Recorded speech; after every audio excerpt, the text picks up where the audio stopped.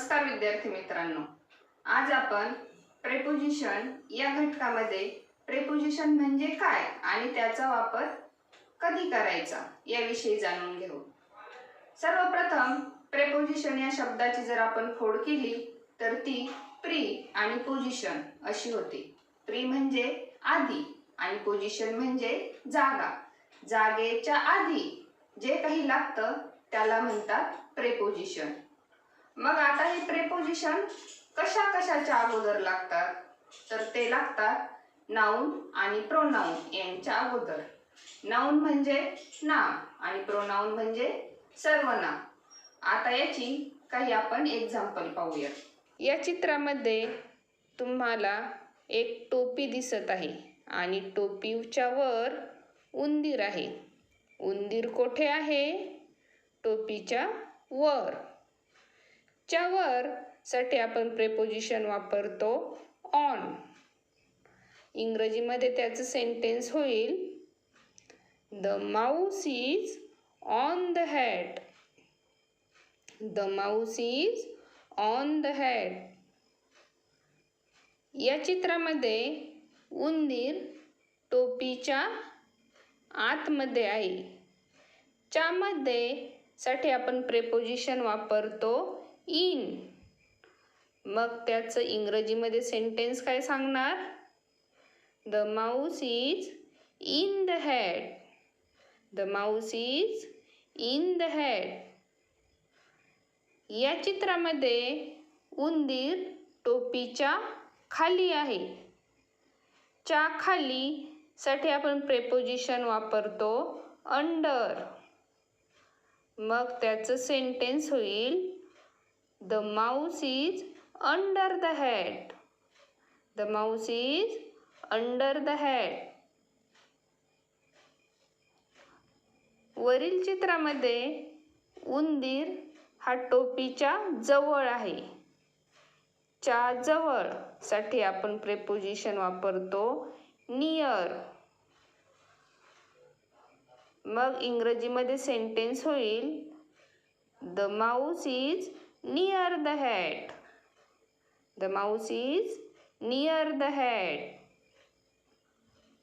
या चित्रामध्ये उंदीर टोपीच्या समोर आहे. च्या समोर साठी आपण प्रेपोजिशन वापरतो इन फ्रंट ऑफ. इंग्रजीमध्ये काय सेंटेन्स सांगणार मग? The Mouse is in front of the hat. आता या चित्रामध्ये उंदीर टोपीच्या मागे आहे. च्या मागे साठी आपण प्रेपोजिशन वापरतो बिहाइंड. इंग्रजीमध्ये त्याचं सेंटेन्स होईल the Mouse is behind the hat. The Mouse is behind the hat. या 6 चित्रामध्ये आपण त्या उंदराची जागा या प्रेपोजिशनद्वारे सांगितलेली आहे पहा. In, on, under, near, in front of आणि बिहाइंड या प्रेपोजिशनचा वापर करून उंदीर नेमका कोठे आहे हे आपल्याला समजतं. आता या प्रेपोजिशनचा वापर करून वरील चित्रामध्ये त्या वस्तू कोठे आहेत त्याचं एक सेंटेन्स आपण पाहणार आहोत. तुम्हाला हे चित्र दिसत आहे. चित्रामध्ये पहा झाड, डोंगर, घर, गाडी, मुलगी या वस्तू या गोष्टी तुम्हाला दिसत आहेत. आता या प्रेपोजिशनचा वापर करून त्या वस्तूंची जागा आपल्याला सांगायची आहे. गाडी कोठे आहे? घराच्या समोर. च्या समोर साठी आपण प्रेपोजिशन कोणते वापरतो? In front of.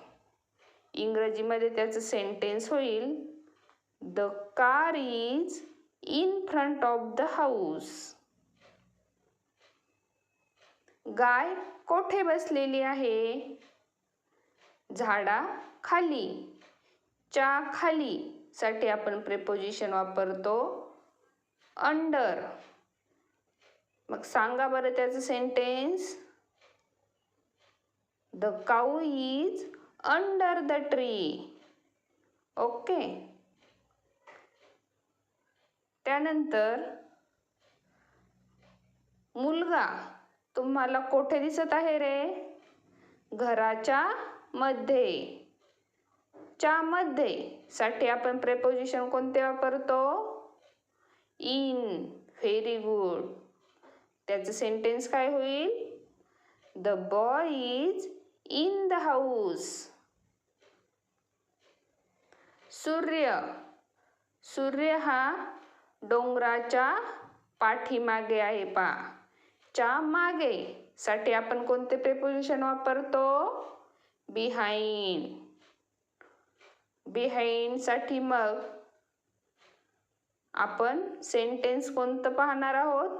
काय सेंटेन्स होईल? The sun is behind the hill. The sun is behind the hill. On या प्रेपोजिशनचा वापर करून कोणतं सेंटेन्स होईल पहा बरं. The girl is on the slide. अशा पद्धतीने आपण वस्तूंचे वर्णन करताना ती वस्तू कोठे आहे हे दर्शवण्यासाठी या प्रेपोजिशनचा वापर किती महत्त्वाचा आहे आणि तो कसा करायचा हे काही उदाहरणांद्वारे आपण शिकलेलो आहोत. धन्यवाद.